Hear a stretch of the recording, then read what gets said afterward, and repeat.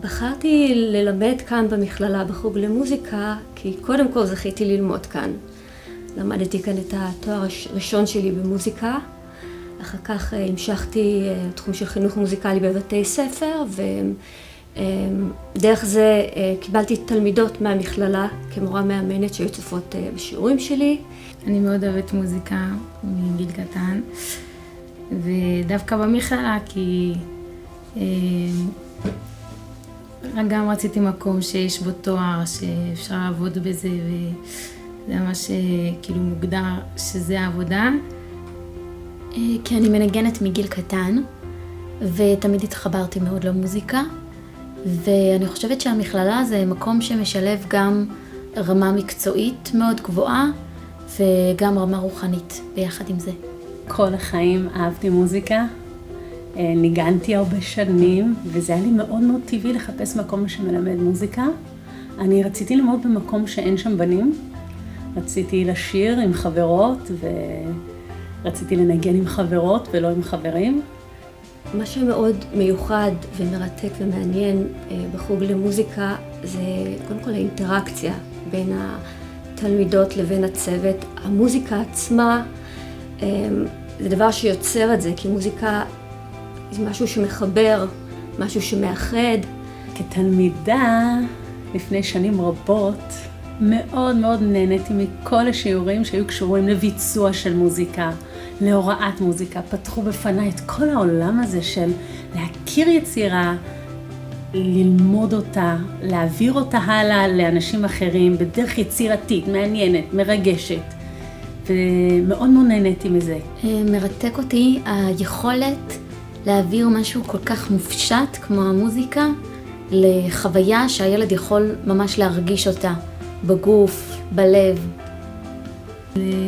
להכיר את המוזיקה לעומק ואיך זה עובד בנפש שלנו, איך זה משפיע על התחושות שלנו, ואיך זה יכול לשמח וזה יכול לעצבן גם. כמורה, כמרצה כאן במכללה, אני משתדלת להמשיך בדרך הזאת, אני משתדלת לעשות שיעורים שיהיו מרתקים, מעניינים, לא משנה באיזה תחום זה.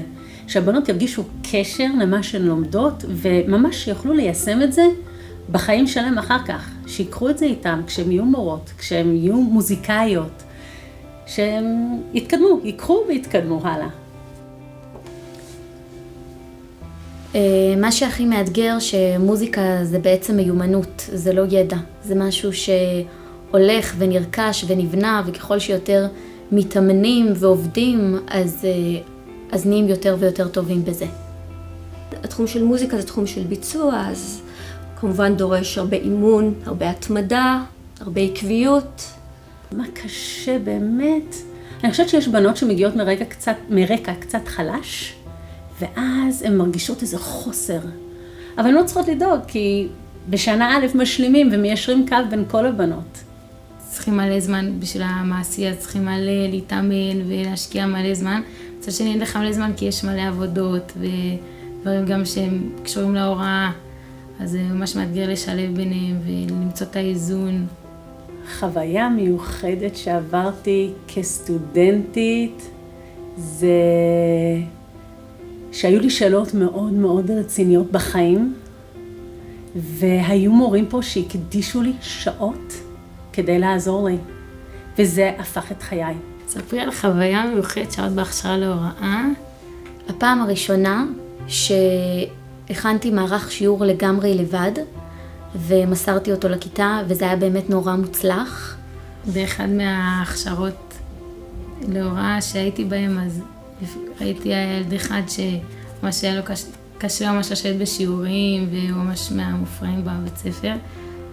וכל הזמן בהכשרה קיבלתי ליווי מאוד אישי, מאוד ליווי לא רק של ידע, אלא גם ליווי רגשי בעצם, כדי להיכנס לעולם של ההוראה ברגל ימין, בצורה הכי נכונה וטובה שיכולה להיות.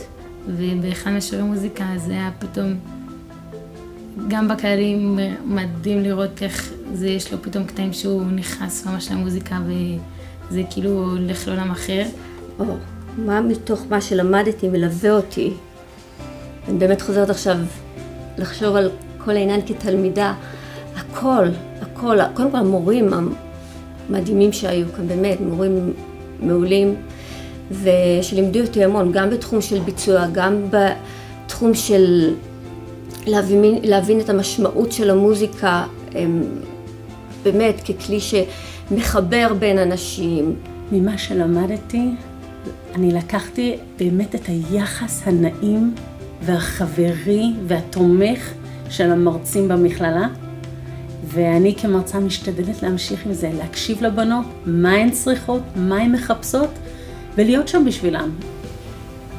שנייה. להיפגש עם מרצים ומורים שממש חיים את המוזיקה, וזה ממש חלק בלתי נפרד מהחיים שלהם. כל מה שלמדתי.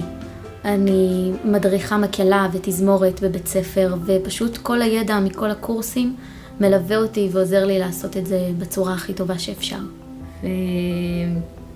וגם לא משנה מה הם מלמדים בסוף ומה אני מבינה ממה שהם מלמדים, אבל רק לראות אותם איך הם פשוט חיים את זה ואוהבים את זה, וזה בכל שנייה בחיים שלהם, זה ממש מלווה אותי, ואני מקווה שזה ימשיך ללוות אותי. אני כל שאלה חייבת לחשוב, וואי.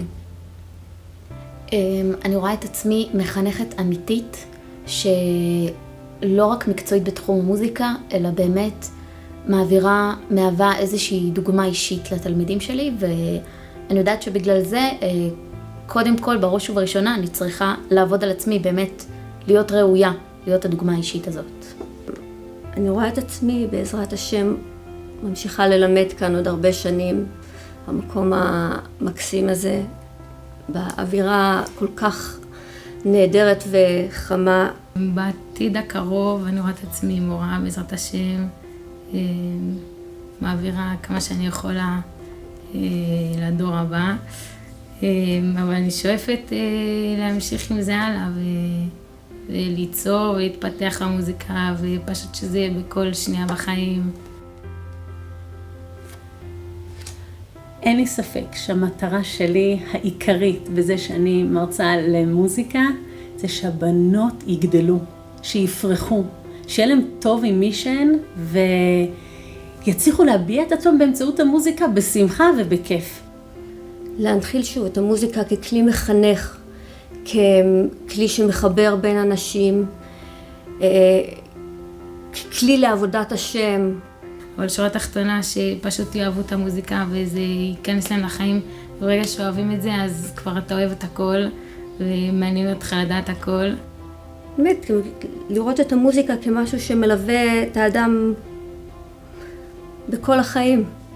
פשוט המטרה זה להעביר להם את המוזיקה החיה שהיא ממש תחיה.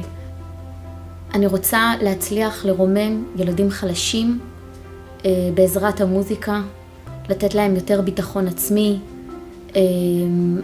לתת להם ייחודיות במקום שהם אולי עדיין לא מצאו.